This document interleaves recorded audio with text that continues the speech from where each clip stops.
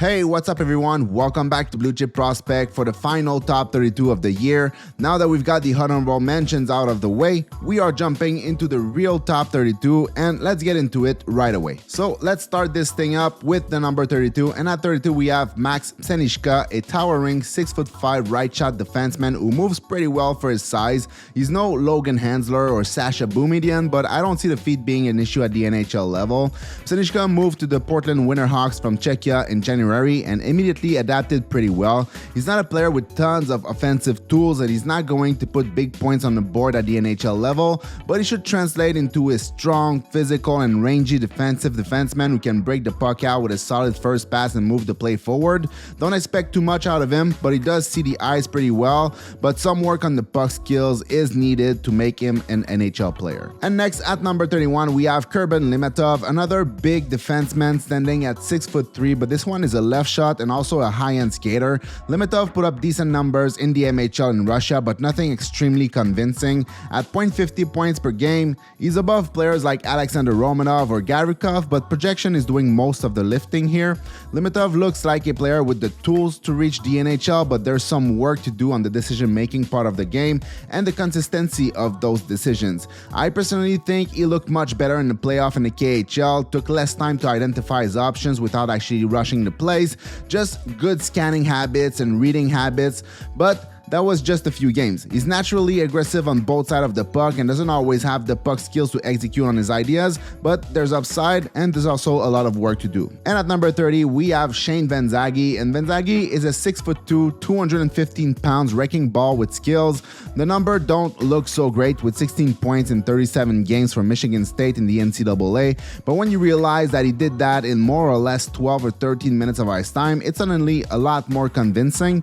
I don't think VanZyl has top 6 upside, but with a step in his skating, which is definitely below average right now, I think a third line winger who's hard on a forecheck, intense in battles for the puck and positioning, extremely strong and physical, but also with the ability to handle the puck and finish plays, is well within the realm of possibilities for him. I liked him a lot last season in the program, and I liked him even more this season in the NCAA in his limited time. Next at 29, we have Vladislav Nestrasil. I'm not sure if he's a first round candidate on draft night, but he's one of those players I would really love it if the Habs find a way to grab him. Nestrasil is a 6'6" winger who's smart, skilled, aggressive, and as competitive and intense as they get, but only one night out of 2. The production kind of reflects that also, with 42 points in 61 games. Similar to Limitov, it's all about tools projection with Nestrasil. Is he a great skater? No. But once he gets going, he's fast and he's hard to stop. He sees the ice pretty well, he has good handling and overall puck skills, can think the game fast but not consistently. He has a decent shot and very good physicality, but again, it's not consistent on a nightly basis.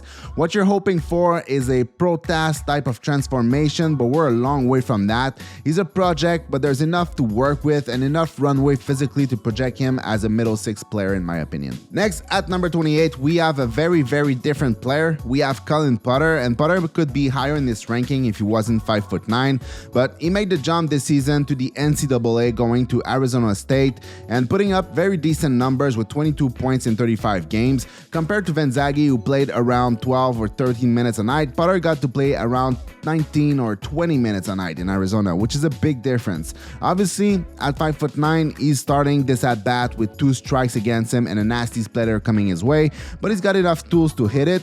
He's probably the best skater in the entire draft and has a very solid shot, great hands, and even some vision to see plays develop in front of him. He's involved defensively, he works hard and even plays physical. I think for him, it's all about how much of an advantage his feet will give him at the NHL level. There's a possibility you're getting a Frank Nazar with Potter if you find ways to drive the inside a little bit more, but there's also a chance he's just an AHL superstar. Next, at 27, we got Malcolm Spence, and Spence is one of those players that's almost guaranteed to be an NHL player. He stands at 6'1" and 200 pounds, and he plays like a pro, looks like a pro, and works like a pro. He's one of the oldest player in the draft, missing last year's draft by just a couple of days or or a week or something like that, and he lacks that little something in his game that makes you wonder how much more you can get out of him, which is basically why he's at 27. Like, you know exactly what you're getting with Spence, a hardworking, big and physical winger, will leave it all on the ice every night, take care of his game defensively, and can slot in almost anywhere in the lineup as a complementary piece.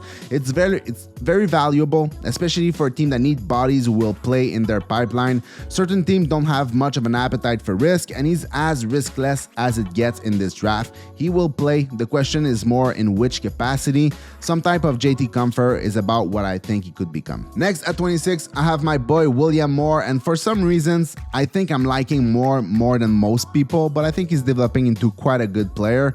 There's really not much that he can do on the ice. He's also a 6'2" player who weighed in at 180 pounds at the combine, with plenty of runway physically, which should help him become more assertive as he gets stronger. Moore flashes great skills, a hard shot, good vision, great hands in tight, an evolving tendency to play physical and drive inside ice, but consistency in those areas have been the biggest issue, I would say. Some games he lacks involvement, and some games he's a pure offensive driver who's intense and wins his battles for the puck. He needs to find that extra gear and play his best game on a nightly basis, but if he does, we're talking about a guy with middle six, maybe even second line upside. Maybe some kind of Ryan McLeod type of progression is what I would expect out of him. Next, at 25, I have Will Oruff, and I realized that this is a bit higher than most. I had Oruff at 34 before the U18s, and while putting the finishing touches on this list, I watched some more tape and he convinced me to move him up, so I did. Oruff is a 6'4", 200 pounds player with NHL bloodline. He's intense, he's physical and very detail-oriented defensively, but also has game in the offensive zone. He switched from the US NTDP midseason to go to Michigan in the NCAA and put up 10 points in 18 games. The feet are probably the limiting factor with Oruff. He needs to take a significant step. It's probably not as bad as VanZyl, but it's not that far either. But even with the feet, I still have him at 25 because of how well he projects into an NHL lineup. He thinks the game well and fast. He has hands around the net. He has a good shot, good vision, and executes solid plays in the offensive zone. He seems to have all his attributes working together. The execution looks close to NHL level, and he looks so good along the board. So many smart plays and smart positioning, finding ways to get the puck loose and bring it to the inside. He just looks like an NHL player, a player that doesn't need space and time to do his stuff, but also have the awareness and anticipation to find it on the ice when it's available. He looks just good, just really good for a pick in the later first round. At 24, I have Jack Nesbit, another 6'4" center with physicality and skills. The production in the OHL doesn't really jump off the page with 64 points in 65 games, but Nesbit has great tools for the NHL. It obviously starts with his 6'4" frame and his willingness to use it, but he's also a really good passer with a very good shot. He seems to think the game and see the ice really well too, and also flashes moves in possession of the puck that you wouldn't expect from him. The skills are not necessarily consistent, but his game as a whole is very consistent. He didn't look too good at the U18s. He looked very vanilla, but in the OHL it was a very different story. He's a player that I've come up and down on all season, and he settled at 24, but like Oruff, his feet will be the limiting factor if he doesn't improve the mechanic of his stride. Next, at 23, we got Ben Kindle, and Ben Kindle seems like the typical 5'10" productive winger who everyone has in their 20s, but end up sliding in the second round on draft night. Kindle is not different from a Basha or a Artamanov from last season. He put up a ton of points in WHL with 99 points in 65 games after an already very successful rookie season last year. Kindle is a mix of skill, pace, and work ethic. He's really competitive for his size. He's a diligent worker on both sides of the puck. He has a really good passing game and a very good shot to go with it. He plays with pace, but you would probably want a little bit more of a step in his skating for his size. But overall, outside of the frame, he's got everything to be an NHL player. He plays on the inside ice. He engages in battle, not afraid to finish around the net, but also has the shot to beat goalies clean. He's got a lot going for him. I can see some type of Jonathan Marchessault in Kindle or something like that. I think if teams passes on him, it could end up like a Nikita Artemonov situation where he was obviously a first-round talent, but over-scouting for size made him fall a little bit. Next, we follow this up with Bill Zanon at 22, and to put it simply, Zanon is one hell of a player. He recently took a big jump in my ranking, going all the way from 37th to 22nd after spending some time focusing on him. It's a big jump, but it's still within the same tier in my list, but instead of being towards the end of it, he's closer to the top of it. Zanon is a 6'2" center / winger who put up good numbers in a queue with 83 points in 64 games.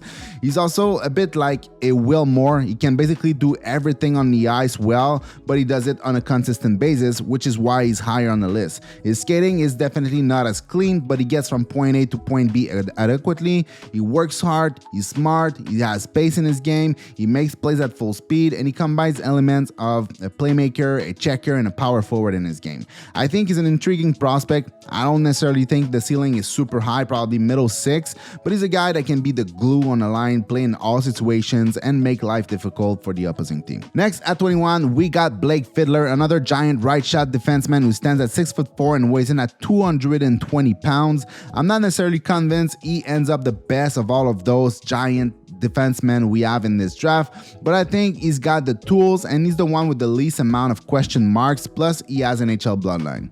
Fedler's got size and skating, which is a rare combination, but what's funny, and I'll explain this as good as I can, is that Elite Prospect has him as a 6 on their scale, going all the way up to 9, which is equal to Limitov and Sasha Boumedienne, who both look like superior skater to me. And Promen has Fedler as under average, with Limitov and Boumedienne being average and above average respectively. So Elite Prospect has Fedler above a player that Promen has 2 levels above Fedler. This goes to show how hard it is to rank and grade players' attribute, not judging anybody's work here, just pointing out how from one person to the other person, opinion can vary greatly even this high in the draft. Personally, I think he's average for his size with decent defensive mobility, but there's definitely some polishing up to do. The stats don't look that great with 33 points in 64 games, but I think there's upside as a puck mover, not a pure puck moving offensive defenseman obviously, but I think he has more than what he's shown. He's got some move at the blue line to find shooting lanes, and he's also a solid distributor, but defense, physicality, and transition will probably be the name of his game, but I think there's a little bit of offensive touch that can be added to his game. Here at number 20 is where I would say we jump into a different tier. It's not a clear demarcation, but players who seem to show higher upside on a consistent basis, and we start this with Cole Rezhny. I can change my mind sometimes, but Rezhny has been my favorite player out of those 3 smaller offensive players in the draft. He also measured at 5'11" at the combine, which is a step in the right direction, right? Rezhny had a tough start of the season, but he exploded in the second half, not just in production, but his game as a whole was a lot more structured and inside driven, while putting up 92 points in 62 games and a ridiculous 25 points in 11 games in the playoff. The only part of his game that might complicate things a little bit is his average feet. I wouldn't say it's bad in general, but it's definitely an issue for a player of his size. But Rezhny is such an intelligent player with vision and anticipation for days that I'm not sure if it will actually be an issue for him.